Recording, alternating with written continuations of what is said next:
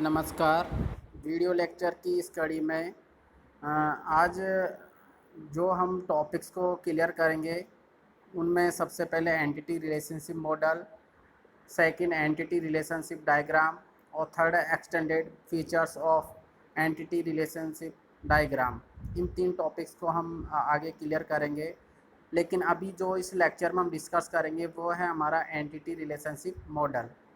Entity relationship model है उसमें हम बेसिकली जो हमारा ईयर मॉडल है उसका बेसिक कॉन्सेप्ट्स, एंटिटी किसे कहते हैं, एट्रीब्यूट्स और एट्रीब्यूट्स के विभिन्न प्रकार, एंटिटी सेट और विभिन्न कीज, और साथ ही साथ जो भी हमारा रिलेशनशिप होगी और हमारी विभिन्न प्रकार की जो रिलेशनशिप होगी उनके बीच में हमारी जो कार्डिनलिटी होगी उनके बारे में डिस्कस करेंगे। तो सबसे पहले हम बात करते हैं हमारा जो ईआर मॉडल है, एंटिटी रिलेशन मॉडल है, उसके बेसिक कॉन्सेप्ट के बारे में। तो सबसे पहले the ER model defines the three most relevant steps. जो हमारा ईआर मॉडल है उसमें हम तीन जो स्टेप्स हैं उनको फॉलो करते हैं। It works around real world entities and the associations among them. ये जो हमारा हम वास्तविक जीवन में जो कुछ भी देखते हैं उनसे रिलेटेड हमारी जो भी कोई एंटिटीज होती है उनके आसपास ही इसके ऊपर हम वर्क करते हैं। It view level the ER model is concerned a good option for designing database. जो हमारा ईआर मॉडल है इसमें हमारे पास मुख्य तौर पर तीन लेवल होते हैं, जिनमें से जो हमारा व्यू लेवल है वो हमारा कोई भी डेटाबेस डिज़ाइन करने के लिए हम उपयोग में लेते हैं, जिसके अंदर हम requirement analysis, conceptual database design और लॉजिकल डेटाबेस डिज़ाइन के बारे में डिस्कस करते हैं। जो हमारा ईआर मॉडल है उसमें जो हमारा बेसिकल रिक्वायरमेंट एनालिसिस है उसमें हमें क्या क्या चीज़ें करनी चाहिए। The very first step in designing a database application it is to understand what data has to be stored in the database, what application must be built on the top of it, and what operations are we must find out what the user want from the database।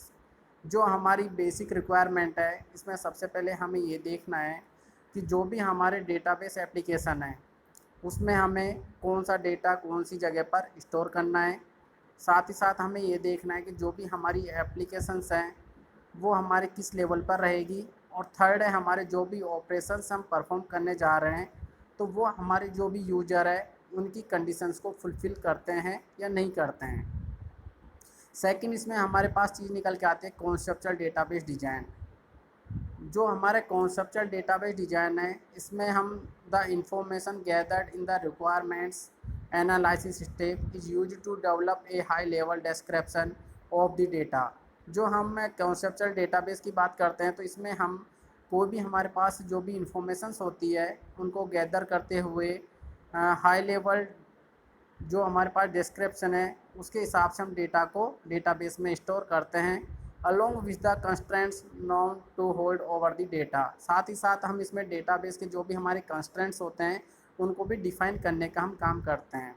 The ER model is one of the high level or semantic data model used in the database. जो ER model है इसमें हम हमारी high level के साथ साथ semantic data models हैं उनका उपयोग भी करते हैं। थर्ड बात करते हैं हम लॉजिकल डेटाबेस डिज़ाइन के बारे में। The we must choose a DBMS to implement our database design. हम जब भी डेटाबेस डिज़ाइन को इम्प्लीमेंट करते हैं तो उसके लिए हमें DBMS की आवश्यकता होती है। And convert the conceptual database design into A DBMS schema in the data model. और जो भी हमारे पास कॉन्सेप्चुअल डेटाबेस होगा उसको हम डेटाबेस स्कीमा की सहायता से कॉन्सेप्चुअल स्कीमा में कन्वर्ट करने का काम करते हैं। Sometimes conceptual schema is called logical schema in relational data model.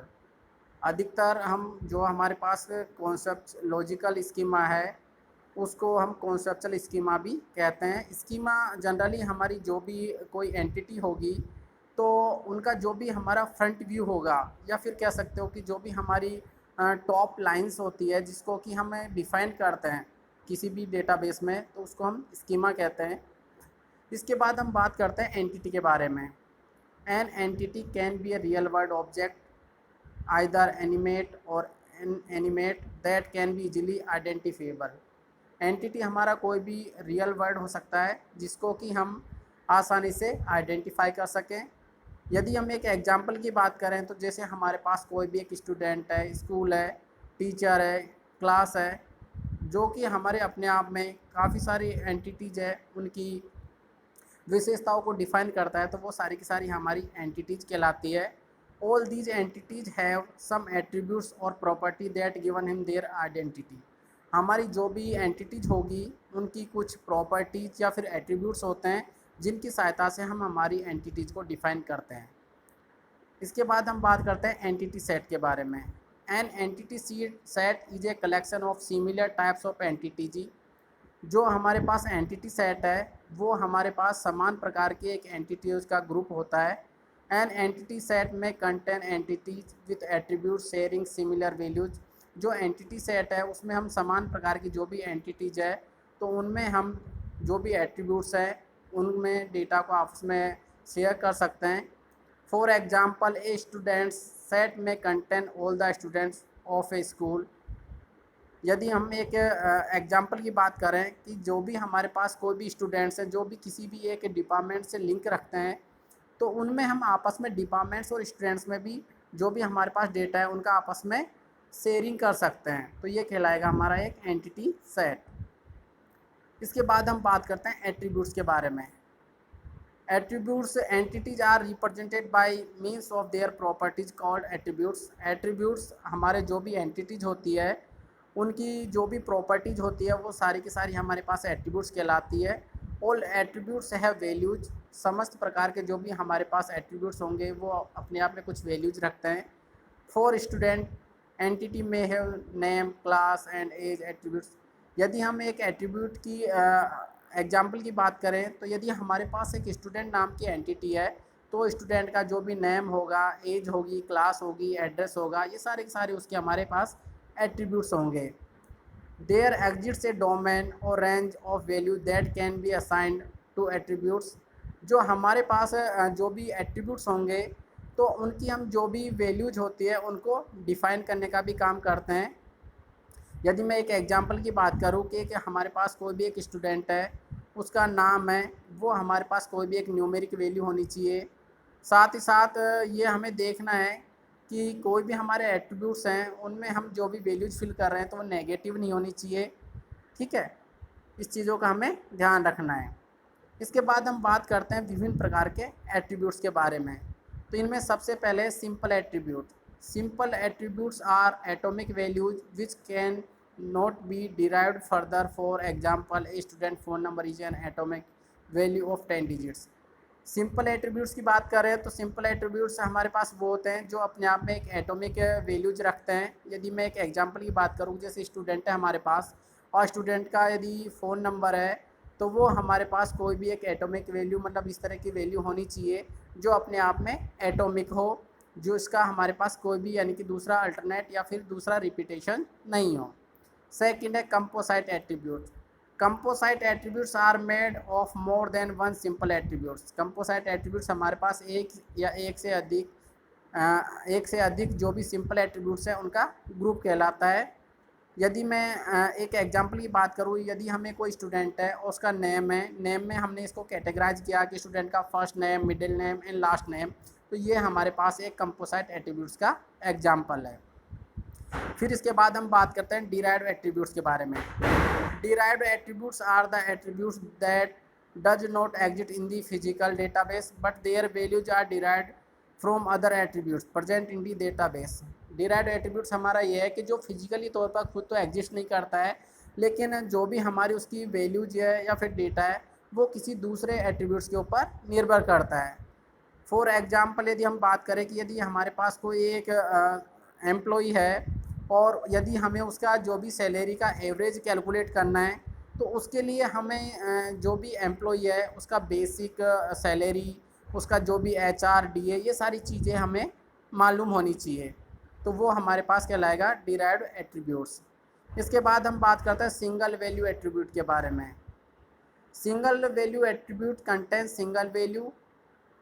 जो हमारे पास सिंगल वैल्यू एट्रीब्यूट्स होते हैं वो सिर्फ एक वैल्यू को ही रखते हैं। यदि मैं एक एग्जांपल की बात करूं कि जैसे हमारे पास सोशल सिक्योरिटी नंबर है, वो हमारे पास सिर्फ एक नंबर होगा जो कि सिंगल होगा, तो ये हमारे पास कहलाएगा सिंगल वैल्यू एट्रीब्यूट्स।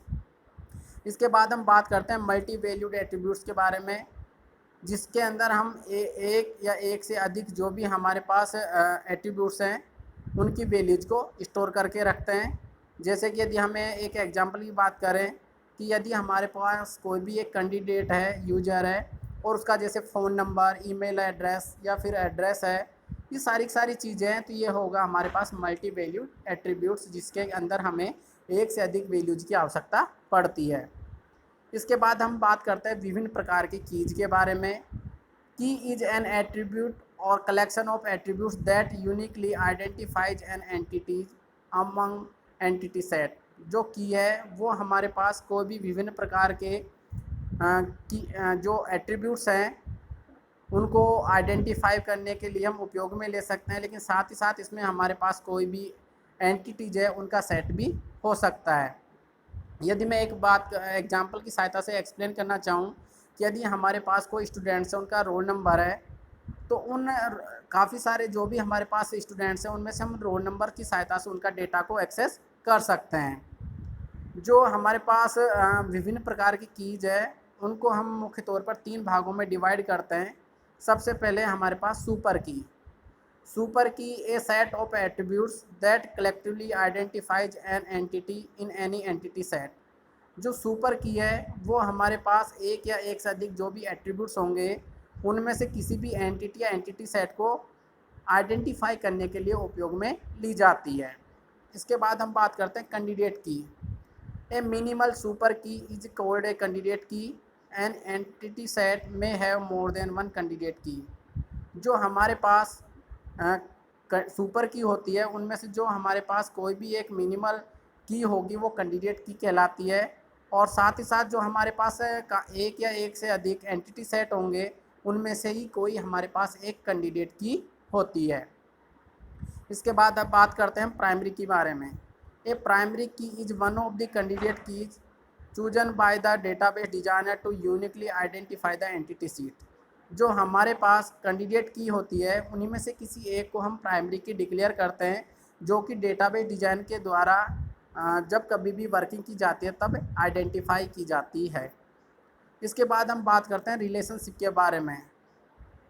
अभी जैसे आप यहाँ एक एग्जांपल देख रहे हो, टीचर टीचेज स्टूडेंट्स, अर्थात यूँ कह सकते हो कि रिलेशनशिप है वो a set of relationship of similar type is called a relationship set. जो रिलेशनशिप है उसमें हमारे पास एक सिमिलर टाइप के एंटिटीज होंगी, उनके बीच में रिलेशनशिप को आइडेंटिफाई करने का एक प्रोसेस होता है जिसे हम रिलेशनशिप सेट भी कहते हैं। जैसे कि आप यहाँ देख रहे होंगे कि दोनों हमारे पास एक एंटिटीज है जो अपने आप में काफ़ी सारे एट्रीब्यूट्स रखते हैं। तो जो हमारे पास दोनों एंटिटीज है उनके बीच में जो रिलेशन से होगा उसको हम रिलेशन सेट भी कहते हैं। Degree of relationship, the number of participating entities in A relationship define the degree of the relationship. जो हमारे पास जितने भी एंटिटीज एक दूसरे से जुड़े होते हैं तो उनकी रिलेशनशिप को हम विभिन्न भागों में डिवाइड करते हैं। जैसे बाइनरी है जिसको हम डिग्री 2 से एक्सप्लेन करते हैं, टर्नरी होता है इसको डिग्री 3 से एक्सप्लेन करते हैं, और एनरी होता है उसको हम डिग्री से शो करते हैं। इसके बाद हम बात करते हैं मैपिंग कार्डिनलिटीज़ के बारे में। Cardinality defines the number of entities in one entity set which can be associated with the number of entities of other set by relationship. जो हमारे पास कार्डिनलिटी है जिसमें हम एक या एक से अधिक जो भी हमारी एंटिटी या एंटिटी सेट होते हैं उनके बीच में आपस में रिलेशनशिप को शो करने के लिए उपयोग में लेते हैं। जो टाइप्स ऑफ कार्डिनलिटी है इसको हमने मुख्य तौर पर 4 भागों में डिवाइड किया हुआ है। सबसे पहले इसमें 1-to-1 रिलेशनशिप। 1-to-1 रिलेशनशिप में क्या होता है, one entity from entity set A can be associated with at most one entity of entity set B and vice versa. अर्थात 1-to-1 एंटिटी जो रिलेशनशिप है इसमें क्या करते हैं कि हमारी एक सेट बना हुआ है ए और एक सेट बना हुआ है बी, तो इनमें हमारा जो आपस में सेट ए और बी में जो भी एंटिटीज है उनके बीच में हमारा जो भी रिलेशनशिप होगा वो कहलाएगा 1 to 1 रिलेशनशिप। सेकंड है हमारा 1 to many relationship. 1 to many relationship में आप देख रहे हैं जैसे डायग्राम में कि हमारे पास एक सेट ए है और एक है बी, तो जिसमें हमारा एक एंटिटी एक या फिर एक से अधिक दूसरे एंटिटियों से कनेक्ट रहता है या रिलेशनशिप रखता है, तो वो कहलाता है हमारा 1 to मैनी रिलेशनशिप। फिर थर्ड है हमारा many to one relationship. 1 to many relationship है वो 1 to मैनी रिलेशनशिप का अपोजिट है। इसमें हमारे काफ़ी सारे जो भी सेट ए के एंटिटीज है उनका सेट बी के एक या एक से अधिक जो एंटिटीज है उनके साथ भी हमारा रिलेशनशिप हो सकता है। अर्थात कह सकते हो कि हमारी बहुत सारी जो भी एंटिटीज है ए सेट की, वो बी की हमारी दूसरी एंटिटीज़ों के साथ भी आपस में रिलेशनशिप रख सकती है। और अगली है हमारे पास many to many relationship. Many to many relationship में क्या होगा कि सेट ए और सेट बी दोनों सेट में हमारी क्या होगी, जितनी भी एंटिटीज है वो आपस में एक दूसरे सेट से कितने भी प्रकार की रिलेशनशिप रख सकती है। अर्थात कह सकते हैं कि सेट ए और सेट बी दोनों की विभिन्न एंटिटीज आपस में कितने भी प्रकार से रिलेशनशिप रख सकती है। तो अभी हमने इस लेक्चर में देखा कि जो भी हमारे ईआर मॉडल से बेसिक रिलेटेड सारे बेसिक जो एंटिटीज एट्रीब्यूट्स कीज या फिर उनके बीच में रिलेशनशिप है, ये सारी की सारी चीज़ें हमने अभी इस लेक्चर में डिस्कस की। Thank you.